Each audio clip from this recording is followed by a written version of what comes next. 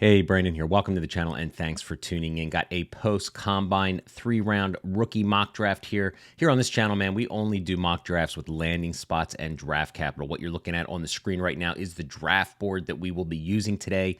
This is going to be a 3-round PPR tight end premium rookie draft. I'm going to be joined by 3 great content creators out in the Dynasty space. My podcast co-host, Jason DiRienzo. If you're not new to the channel and you've been here for a while, you know who Jason is. I'm going to be joined also by Matt Hicks from the Rookie Big Board YouTube channel and podcast. Matt and I go way back, and then we got a newbie here on the station, on the channel, Alex from Smash Accept podcast and YouTube channel, man. So go make sure you not only subscribe to this channel, but also to their content as well. That would be very much appreciated. You play Dynasty, you play Fantasy, and you're looking for a YouTube channel out there that's going to give you content like this, getting you ready for your 2024 rookie draft. Hit that subscribe button. Shortly after the draft, we are going to be getting right into the 2025 draft class, 2026, and even I'm doing 2027 draft class profiles right now on this channel. Got a lot of great content on here, so please hit that subscribe button. Let's get to the draft. Hey everybody, welcome to the post-combine rookie mock draft here on the channel. I've got two of my favorite content creators and a new person who's new to the station here in the channel, and Alex from Smash Accept podcast and YouTube channel. Welcome, Alex, to the channel, my friend. Yeah, thanks for having me on. I'm glad that we've had multiple similarities, not even just in fantasy football, but we're both big fishermen, so that was cool. You're good to jump on with you. You're good in my book. Matt Hicks, he has been a regular over the years. Matt, you're probably one of the first guys I met in this space having fun with this stuff, man. It's great to have you on the channel, my friend. Always good to be back chopping it up with you, Brandon. How far we have both come, putting out great content. So I'm glad to be a little piece of it here today. Yeah, and Matt is the the YouTube channel Rookie Big Board, and also has a great podcast. And then of course Jason DiRienzo. Anyone familiar with the channel here knows he is my podcast co-host. Jason, welcome, my friend. I appreciate it, buddy. We got a good group tonight, so I'm excited for this one. It is a good group. Now on this channel, guys, you know I only do rookie mocks with landing spots, right? So this is a post-combine rookie mock, and we're gonna get right into it, man. And Alex, I am the kind host. You are new to the channel. I threw you probably the softball pick of the draft, so I'm gonna give you the 101, my friend. You can kick us off here. Yeah, I mean, I looked at this for 1 second and made my decision. It's Caleb Williams. Everybody would take him there, and if you're not going to take him there, trade back and take whoever you were going to take, because 99.9% of the consensus is taking him there. Generational talent, in my opinion, in Superflex formats, 4.6 point. He's the 101. Yeah, sounds like he is the consensus. But you know, the pick here, number 2, might be a pick number 1 too. So Jason, you got the 102. Who you going with? Yeah, I'm not going to get cute with this one. I'm going to take the best wide receiver to come out in a while, and that's Marvin Harrison Jr. going to the New England Patriots. And many might be thrown off by the landing spot. I kind of like the fact that they're going to have a young QB who's going to be coming in, and him and Marvin Harrison can grow together, build that chemistry together. And knowing that there's not a lot of options in that offense right now, Harrison's going to have a huge target share right out the gate. Being one of the best receivers with a target share that he should see, I am all about this pick, and I'm fine taking a receiver over a quarterback, especially knowing it's super flex. I'm good with it, man. I feel really good that Marvin Harrison Jr. is going to pay dividends for a very long time for me. I've seen rookie mocks where Marvin Harrison Jr. is going 101, even in Superflex. So, I mean, I guess history tells us, if you got 4 quarterbacks in the first round and you got JJ McCarthy now sneaking up into a top 5 pick, there's a chance that 2 of these guys aren't going to hit. So, this is a risk reward game as well. So I don't have a problem with you taking Harrison there. I got the 3rd pick at the 103. The Washington Commanders taking him with the 2nd pick of the draft. Drake May, I'm still a fan. I know there's a player fatigue with this guy. Caleb Williams, number 1 is really what's going to happen. But Drake too, everyone right here is going to have to make the decision. It used to be just Jaden Daniels and Drake May, but now all of a sudden JJ McCarthy might be in the conversation as well. But Washington takes him here. I'd like the situation. Mariota may start there this year, which is what I would love to see, and let Drake May sit on the sidelines. But he's got weapons. He's got McLaurin. He's got Dotson. Crowder's there. Cliff Kingsbury. Now has worked with quarterbacks. So Drake May, he's my QB1 in the class. So that might be a little spicy. So I'm going to take him here with the Washington Capitals with the 3rd pick overall. Matt Hicks, you're on the clock. All right, 104. I went with Jaden Daniels. He had the draft capital of the 6th overall pick to the New York Giants. I think this is a tier break still for me. So sitting at 104, I think you take whichever one of these 4 guys is left over. And Brandon, you mentioned we've been doing it a long time. We've been doing it so long. You have been through the Matt Hicks gets ridiculed for loving Jaden Daniels period. But here we are taking him at 104 appropriately in a super flex draft. So there's another quarterback who I think based on his landing spot would have a good argument here, but we'll get to him a little bit later. And Matt, you are correct. You have been a Daniels believer for quite some time. I have to give that the stamp of approval. Alex, you got the 5th pick. Yeah, this is a Devy darling for me. Malik Neighbors going to the Cardinals, dream landing spot there with Kyler Murray. We saw what Kyler Murray did with an older DeAndre Hopkins. He was like the wide receiver 4 on the year. Marquise Brown was a top 5, top 7 wide receiver in points per game before the injury. Neighbors is almost damn near generational, as people like to say Marvin Harrison Jr. is. You could argue 1A, 1B. You could argue one over the other. I'm a Marvin Harrison guy, but Neighbors is very close there at 2 for me. And if he gets an elite quarterback like Kyler Murray from the get, we're not going to see a Garrett Wilson type growing pains where it's an elite talent, but the QB play's never there. He's going to have a guy that's on a 5-year contract and put up some crazy numbers. Yeah, I agree with you. Neighbors and Williams or Harrison, two great receivers. I love his yak ability too, man. He's an explosive player. Jason, you got the next pick, number 6. Yeah, I'm going to take advantage of the tight end premium format we have going here, and I'm going with Brock Bowers to the Chargers, and I absolutely love this pick. I know that, he's the way he played in college. He's going to be a very versatile player, so he could be used as a rusher and a receiver. I mean, if you put him in the ranks of the receivers, I'd be interested to see if he falls anywhere between maybe wide receiver 5 and wide receiver 6, the way that he kind of plays as, in that role. And Harbaugh is he loves using tight ends. So I think this is like a slam dunk pick for me, and I feel really good about it. Harbaugh loves his tight ends. You watch JJ McCarthy film. That's pretty evident. He loves throwing to his tight ends. So this pick, I got the 7th pick here in the 1st round. I'm going to go a little off script here, make this a little spicy, because most people were going to take Rome Odunze without thinking. Most likely, you might go JJ McCarthy here. He's getting some hype right now, but I'm going to go a little spicy. I'm going to go with Xavier Worthy. When I scout wide receivers, it's all about space creation for me. He got 1st round draft capital at the very end of the 1st round, and he's going to the Kansas City Chiefs. And some people might not like that pick, but I'm pretty confident with it. I'm not worried about his hands. I think he brings enough physicality to the table. There's some things about his game that I'm a little concerned about with his long down the field prowess as far as at the catch point. But man, the NFL wants space creators, and I think he's a really good route runner. I like him over Brian Thomas Jr. and A.D. Mitchell, who got also round 1 draft capital. So I don't like Rome Odunze's. He got a landing spot of Tennessee, which is a little concerning. You could go Rome Odunze here or Xavier Worthy. So I'm going to spice up the draft a little bit. I'm going to take the wide receiver, the shifty, explosive, fast wide receiver attached to Patrick Mahomes here with the 7th pick going to the Kansas City Chiefs. Matt Hicks, you got number 8. 108 here. I'm going to go JJ McCarthy. He had the landing spot of the Minnesota Vikings. This is the dream scenario. So if you are a JJ McCarthy fan, this is the fit that you want.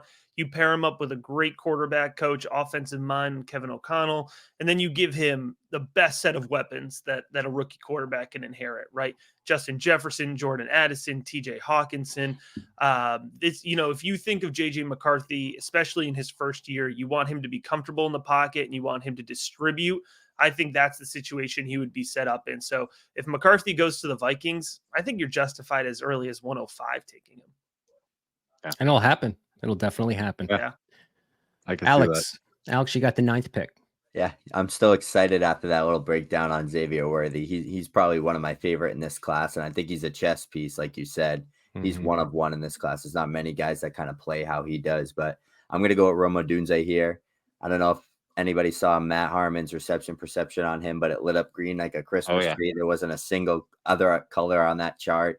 Rome Odunze is one of those guys that the ball is going to him. It could be 3rd and long, and you still know that Michael Penix is dropping back and throwing the fade to Rome Odunze. So he's an alpha X in my opinion. He's my wide receiver 3 in this class, and I'm going into it expecting that he's going to get a bad landing spot in this type of situation. I'm just like, all right, Garrett Wilson, Drake London, Chris Olave, all got terrible landing spots and all still performed, got a elite amount of targets and kind of held their value in Dynasty just because of the pedigree of wide receiver they are. So at worst, that's what I'm hoping for Rome Odunze is 1,000 yards and like 1 million targets. It certainly happened. Is that all? I'd be so happy to get Odunze at 109. That's I know. nice. I love it. Yeah, with 110, I'm going to go with Trey Benson going to the Raiders. I'm not scared by Zamir White. I'm not scared by Alexander Madison. I think Benson has a lot of upside. We saw him perform very well at the combine, get the high 4.3 in the 40. And his pass catching ability, I think, is going to be a dynamic weapon for Aiden O'Connell. If that's who it is or anybody else, they're going to need that safety valve, that pass catcher that can be reliable, that's explosive to get yards after the catch and after contact. And I think that could be Trey Benson. So I'll take the upside of Trey Benson in the back of the first. All right, I got the 11th pick in the first round. I'm going to go with one of my favorite wide receivers again on the space creation theme, and that is Ladd McConkey going to the Atlanta Falcons. I like the landing spot. Kirk Cousins is there now. You got Pitts, you got Drake London, so he's not going to get a ton of coverage, but I think he is going to be just a dynamic, great possession receiver in the NFL. I am super excited about him. Like the landing spot as well. He's currently my wide receiver 4 in the class. So we haven't seen Brian Thomas Jr. yet on this. I wonder if he's going to make it into the first round. So let those comments on the YouTube channel just flow, man. People are probably going to think we're crazy, but I'm going to go with my scouting. I'm going to go with what I like. I'm going to go with my, I've been watching these players for 3 years, and I am not going to, change off my basis of, these picks are based on my scouting. And I'm going to go with my gut here with Ladd McConkey going to the Atlanta Falcons. Yeah, I like Brian Thomas Jr. I like Troy Franklin. You're going to get some good wide receivers as we turn into the second, but I'm not going to take one of them at 112.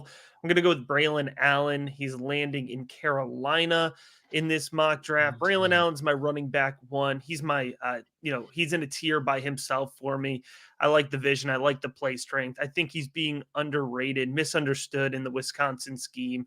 Early producer. He's not even going to be 21 when he takes his first snap in the NFL. So a lot to like here. And in Carolina, Chuba Hubbard is certainly is a great running back too, but I think Carolina would prefer him to be the running back too. And Miles Sanders is out of the picture at this point. So a really nice landing spot there for Braylon Allen.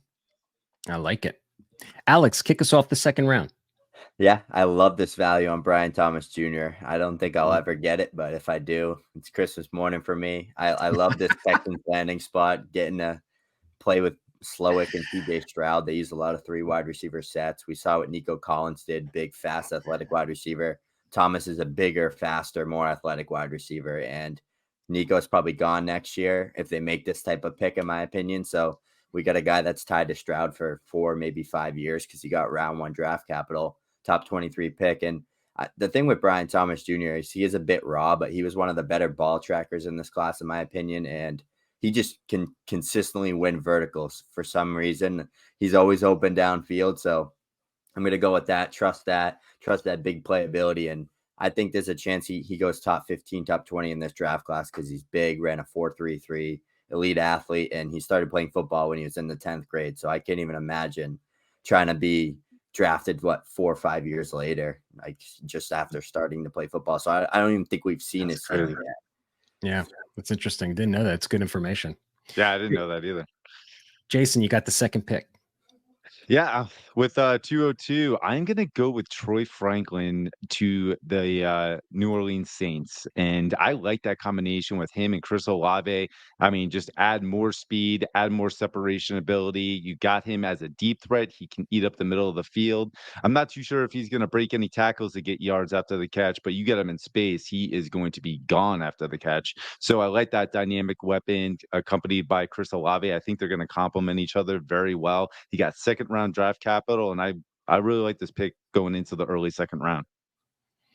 All right. So with the third pick in the second round, I'm going to go with Jonathan Brooks going to the Cowboys. There's probably no better landing spot for a running back in this draft. At least I can't imagine one right now because the only person on their roster is Rico Dowdle, I believe, at the recording of this. So And the surgeon for the Cowboys actually did the surgery, I believe, on Jonathan Brooks. So they might have an inside scoop on how that surgery went. But hey, Jonathan Brooks, explosive player. He had to wait his turn, obviously, at Texas, but he gets the draft capital here in round 3. Landing spot is good. I don't know. I think it seems like if you're going to go for a running back, he's going to be one of the top guys off the board here. So I'm taking Brooks here with the 3rd pick in the 2nd round. All right. I'll take Roman Wilson with the 204 here. He goes to Detroit. It's a little bit of a messy landing spot. I'm not going to lie. I'm picturing him in the slot here.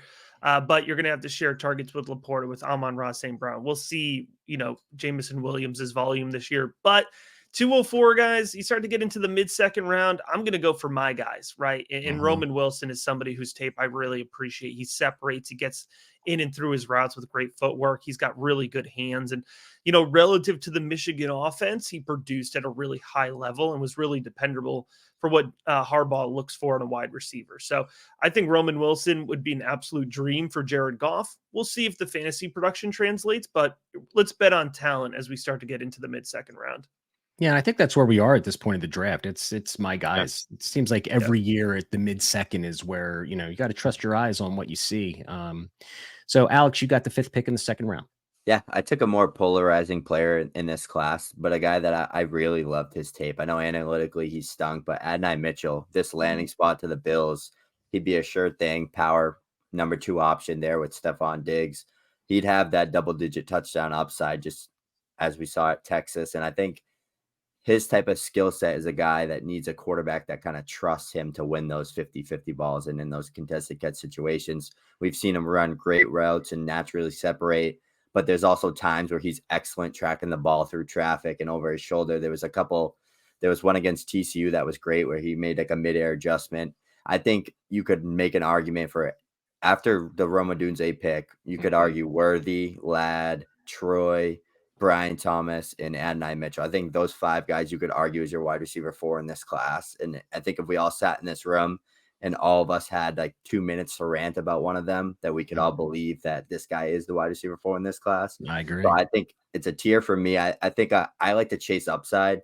So I'm big on Worthy and Brian Thomas Jr. and Adonai Mitchell kind of fits that mold as well. So yeah, you can't beat that landing spot. I mean, that's going to be a fun one there in Buffalo. Jason, you got the 6th pick in the 2nd round. Yeah, I was wondering how far my actual RB1 was gonna fall, and I decided that's far enough. And I'm taking Blake Corum going to the Buccaneers. He got 3rd round draft capital, and man, he's just a dynamic runner. Has some of the best footwork I've seen coming out of this draft, and I think he's going to be a great pass catcher too. I think he's going to be a very reliable receiver. We saw that a little bit at his pro day. I know they have Rachaad White on the Bucs, but you know what? Rachaad White's going to need a break, and I think Blake Corum's that guy who can also show that put him on the goal line, he could still get in, and 20 some odd touchdowns last season shows that he can handle that workload. So I love Blake Corum going to the Bucs here. Yeah, I like that landing spot as well. With the 7th pick in the 2nd round, I'm going to go with Xavier Legette going to the LA Rams. Cooper Kupp is not getting any younger. Of course, Puka Nacua is there. Stable quarterback situation. But if you look at Legette from a trait standpoint, he has that size speed combo, that great contested catch guy. I think he's a raw player, right? I mean, some people are concerned he's a 5-year player. And really, if you look at his stats before his last season in 2023, I think he had like 20 receptions over 4 years, but it was with COVID. He ran into some personal issues. So he's a little raw here, but I think the upside and the possible, explosion in his game could lead to a good wide receiver 2 on a team. And like I said, Cooper Kupp isn't getting any younger. They might move on from him. He would slide in and be a nice wide receiver 2 along Puka Nacua. So I'm taking Legette here at the 7th pick in the 2nd round. 208, I'm going to go with Jatavion Sanders. He lands with the Bengals. I think it's a perfect landing spot for Sanders. A lot of the conversation this offseason is, what are the Bengals going to do with the slot? What are they going to do if they move on from T. Higgins? I think Jatavion Sanders can be their slot, right? He's a more athletic tight end. He's a pass catcher, and, catching balls from Joe Burrow in a relatively high volume passing attack. That's a really prime spot, especially in a tight end premium league. I don't think he's going to make it to 208 with that Cincinnati Bengals landing spot. So I think it's a really nice value here. I like it. Alex? Yeah, so I'm not the biggest Bo Nix fan in the world, but I think at this 209 spot, it's just value taking a Mhm. quarterback that's going to probably eventually start. I think Derek Carr is a great comp for Bo Nix, just that like gunslinger, game manager type quarterback. He went in round 2, so you don't waste the second round draft capital, especially if you're the Saints, who's not a very great team and has holes to just not play him ever. So I think this is kind of like a guy that they're going to use Carr as a bridge QB and then eventually give Nix the keys. I mean, he's a guy that I think could eventually be a game manager plus upside. I have 4 starting quarterbacks in this class. Nix isn't really one of them, but I think he's a guy that can be a starter. So Okay. I like that pick. With 210, I'm going with Ricky Pearsall to the New York Giants. And honestly, this is a great spot getting a guy this late who can create separation, can be a downfield threat, and probably one of the better ball trackers in this draft class. So I really think that he's the weapon that the Giants need no matter who the quarterback's going to be, because if he can create separation and make difficult adjustments to the ball and track the ball very well, he's going to be very quarterback friendly. And that's exactly the type of receiver they need. And that's the exact type of receiver who's going to get targets. So Ricky Pearsall here to me is a nice value. I'm still going to fade the running backs here and quarterbacks, and I'm going to go with Keon Coleman. I feel dirty with this pick because I am not really a Keon Coleman believer. But again, this is a value game too. At the end of Yeah. the second round, there's going to be people watching this video thinking to myself, my God, Keon Coleman at the end of the second round. But again, I got to trust my eyes and what I see on the film. I think he was really inconsistent this season playing at Florida State. The landing spot with the Colts is not great, but they've got a young and aspiring quarterback. You got Pittman, Pearson, Downs still there. But again, I'm going value here with the upside. Maybe he's that athletic freak and he, hits like most people believe. I have my doubts, but again, it's a value game here with the 11th pick in the second round going to the Colts. I'm going to take Coleman. Yeah, the chaos factor there alone is fantastic. Anthony Richardson throwing the ball to Keon Coleman. 212, I'm going to go with Spencer Rattler to the Broncos. It's round 3 draft capital. And if you're giving me round 3 Spencer Rattler versus Jared Stidham, I'm putting my money on Spencer Rattler to be the week 1 starter. I think the NFL is higher on Spencer Rattler than we expect. I find myself not wanting to root for Rattler as much as I am, but the mechanics are there, guys. The arm talent's there, the mobility's there. I think his senior season, the processing and decision making, I saw a huge leap forward. I see forward progress for Spencer Rattler. So if you could get him at 212, if he does go to the Broncos, I'm probably taking him closer to 206, 204. I'll be bullish on Spencer Rattler with that draft capital.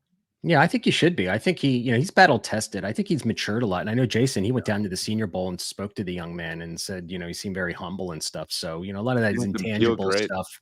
But I agree. I mean, he's got the mobility. He's tough. It's a great value here at the end of the second round. So we're going to head into the third round. Alex, lead us off with the first pick in the third. yeah, I'm going to kick this off with one of my favorites, Javon Baker from UCF. This is a guy that I thought was one of the better guys after like the consensus top 8. I currently have him as my 9. I'm super high on him. I think he can win in all ways on all 3 levels. I think he has great ball tracking. His ability to adjust to the ball as well. His body control was outstanding. And I think he has just incredible tendencies, kind of like if anybody's going to hit and be like that wide receiver 1 that comes out of nowhere in day 3, I feel like it's going to be Javon Baker. And the landing spot you can't beat with the expected departure of T. Higgins through trade and Tyler Boyd. So the Bengals didn't go first round or second round wide receivers. So Javon Baker would slot in with JT Sanders as the 2 and 3 in a Joe Burrow led offense. So I love the landing spot. I like it. Nice. Yeah, 302, I'm going with a guy that I have liked for a very long time, and that is going to be Jalen McMillan going to the San Francisco 49ers. Got round 3 draft capital for this particular mock draft. And honestly, if he was ever going to thrive, it's going to be out of the slot in a West Coast system in a Shanahan offense. Like that is the best fit I could possibly think of. So for me, this is an absolute value for a guy that I think could eat and do really well out of the slot in this particular system. So I'm pretty happy about this pick. Yeah, that's a landing spot everyone's going to enjoy. San Francisco Oh always yeah. seems to elevate players. With the third pick in the third round, I'm going to go back and pick the fifth running back in this draft and go with Jalen Wright going to the Minnesota Vikings. Aaron Jones, I think there is on a 1-year deal, but behind him, there's nothing. And in fact, if they do draft JJ McCarthy like they did in this draft, he'll be a good running back that can catch the ball out of the backfield. But he's an explosive back, a little underutilized at Tennessee. Never really ran the ball 100%. He wasn't the bell cow guy. So I don't know if he's going to have a bell cow role in the NFL, but I think, he's got the speed. He's got the hands out of the backfield. He's got the elusiveness, short area quickness. So again, in the third round here, I'm going to take the upside with a potential explosive running back, landing in a really good situation on a team that's kind of, the building blocks to start their next run to the Super Bowl. So the third pick, I'm going to go with Jalen right here going to the Minnesota Vikings. All right, 304. I'll take Marshawn Lloyd. He gets day 3 draft capital to the Chargers. Volume is king in a Jim Harbaugh offense. Sorry, I guess in both situations here, there's going to be a run forward approach. Greg Roman, of course, is known for prioritizing the run first. So if it's just Marshawn Lloyd and Gus Edwards, I think they would complement each other very well. And I think that you could be looking at, 200 touches for Lloyd in his rookie season. So that would be a really nice value to get in the start of the third round. Yeah. With the 305, I went with another quarterback that got round 2 draft capital, Michael Penix. I'm not a big fan of his medical history. I don't think he's the world's best player, but he was a good pocket passer for Washington for a while. He led that team to the national championship.